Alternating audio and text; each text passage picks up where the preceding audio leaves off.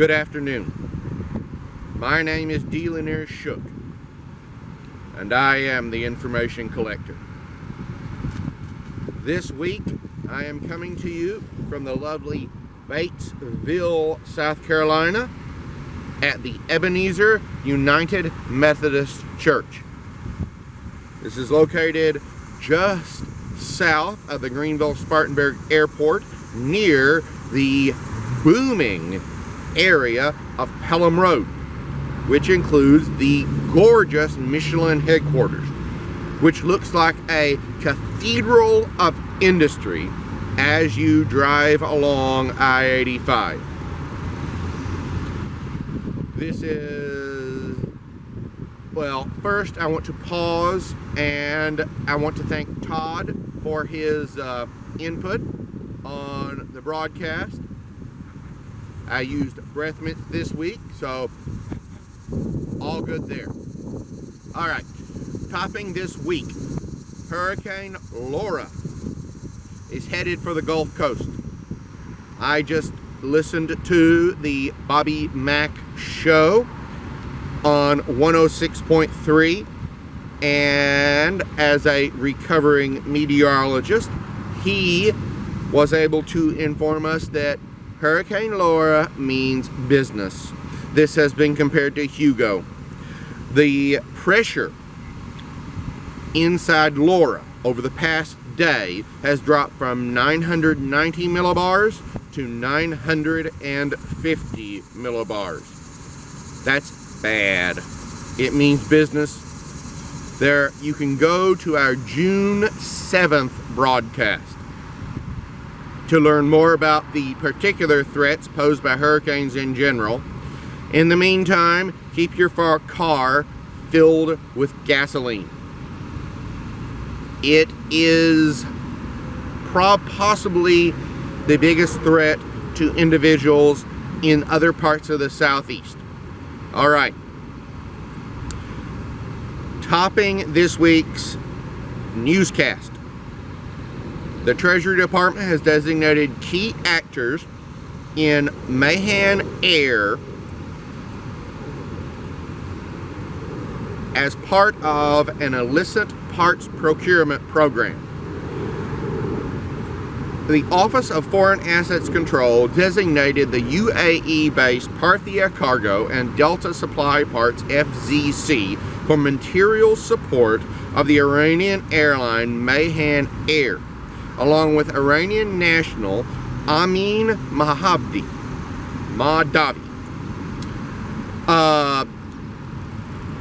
This is interesting for a couple of reasons.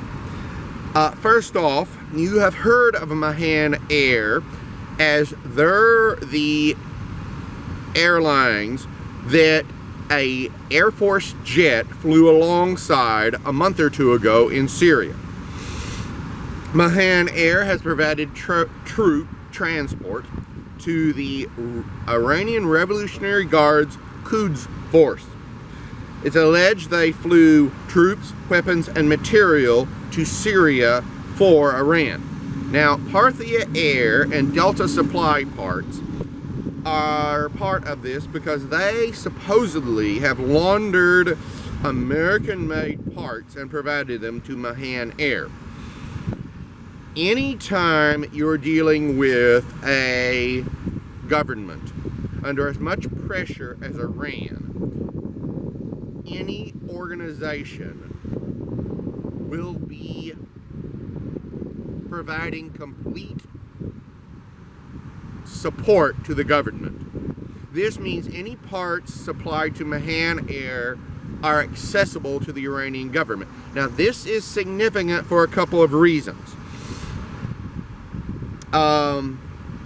During the 60s and 70s, the Shah's government was given beyond unlimited access to American arms. They bought hundreds of American Huey Cobra gunships and Huey helicopters. They're the only nation outside the United States to fly the F-14 Tomcat, made famous by Top Gun. These aircraft are still active. The Iranians, the spare parts crisis was epic. In fact, it's cited as one reason Saddam Hussein thought he could invade Iran. He thought they didn't have spare parts. During the fight for Iraq against the Islamic State, Iranian F-4 Phantom jets from the 60s and 70s were in action. So they've managed to find spare parts. That's the allegation. Now let's look at Mahan Air. According to airfleets.net, they operate 42 aircraft. Now, about 20 of these are Airbus, but 14 of them are British Aerospace 146s, also known as Avro RJ. These are small jets. They only carry 70 passengers. They hop in and out of small commercial airports like Asheville. But they are a remarkable airplane. It's got 4 engines. It's been called the world's quietest airliner by popular mechanics. It can operate from gravel airstrips. It's got a prominent air brake on the back of the plane, literally behind the tail cone, behind the aft fin.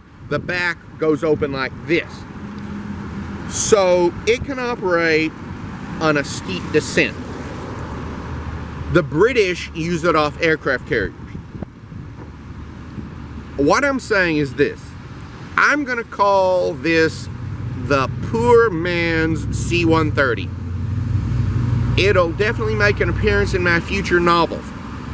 And I believe that it was used, maybe not at the front in Syria, but the fact that Iranian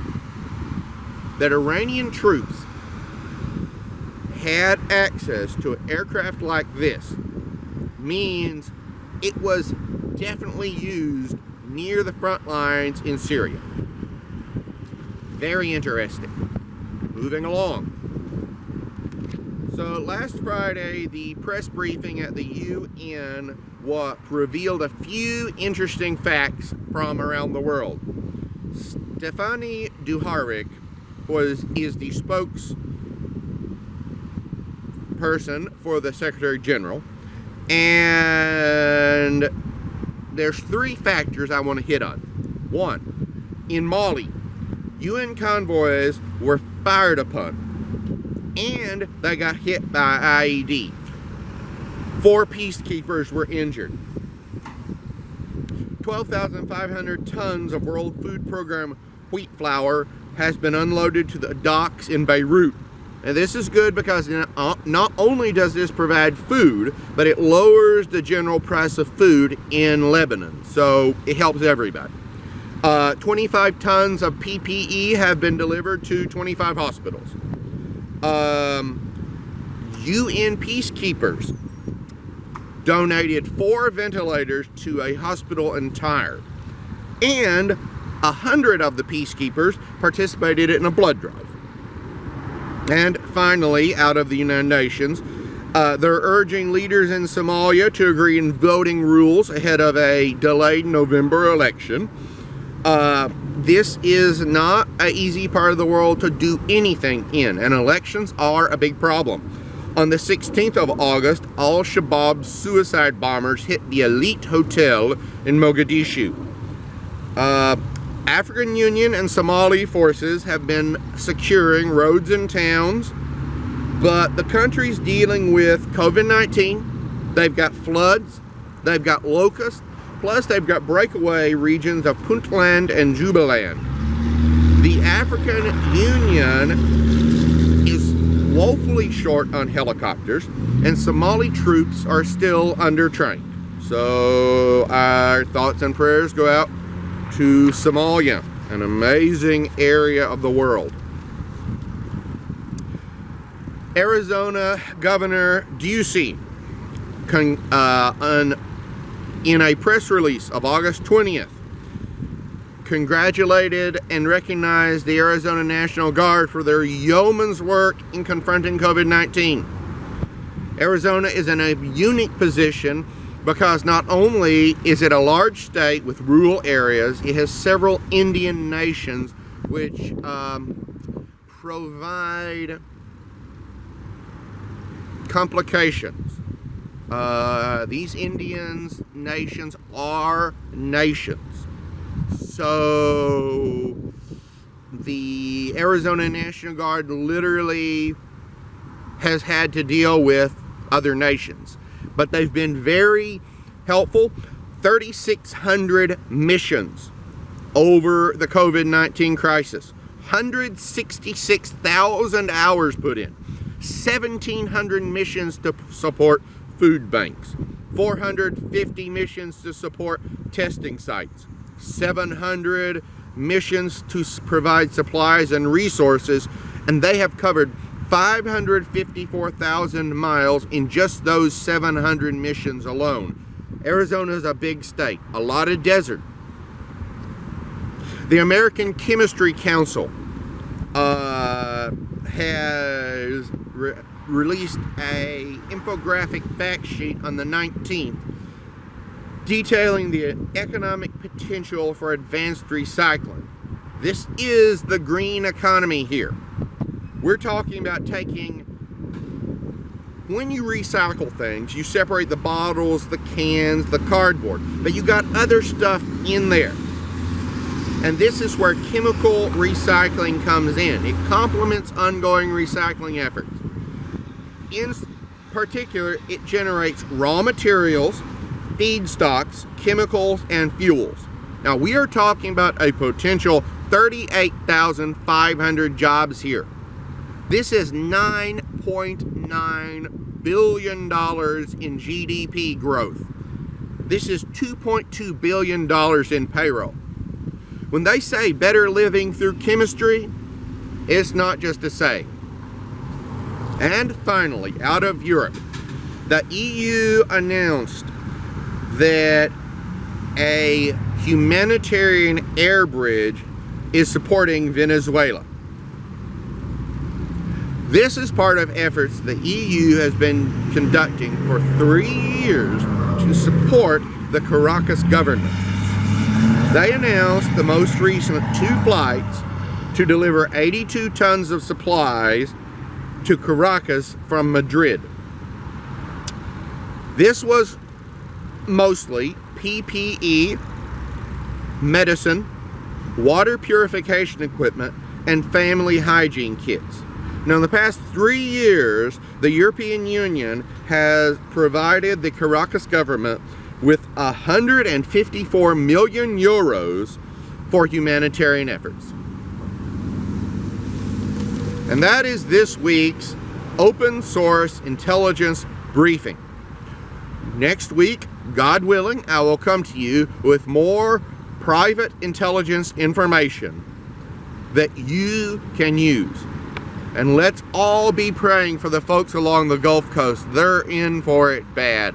During Hugo, we were living in Asheville, North Carolina. I remember huddling in the house as the storm, the winds raged around the house. So pray for those people in the Gulf.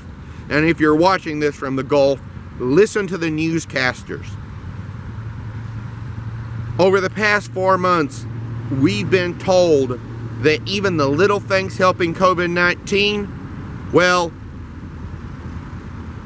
inconvenience is worth your life. God help you all, and we are praying for you.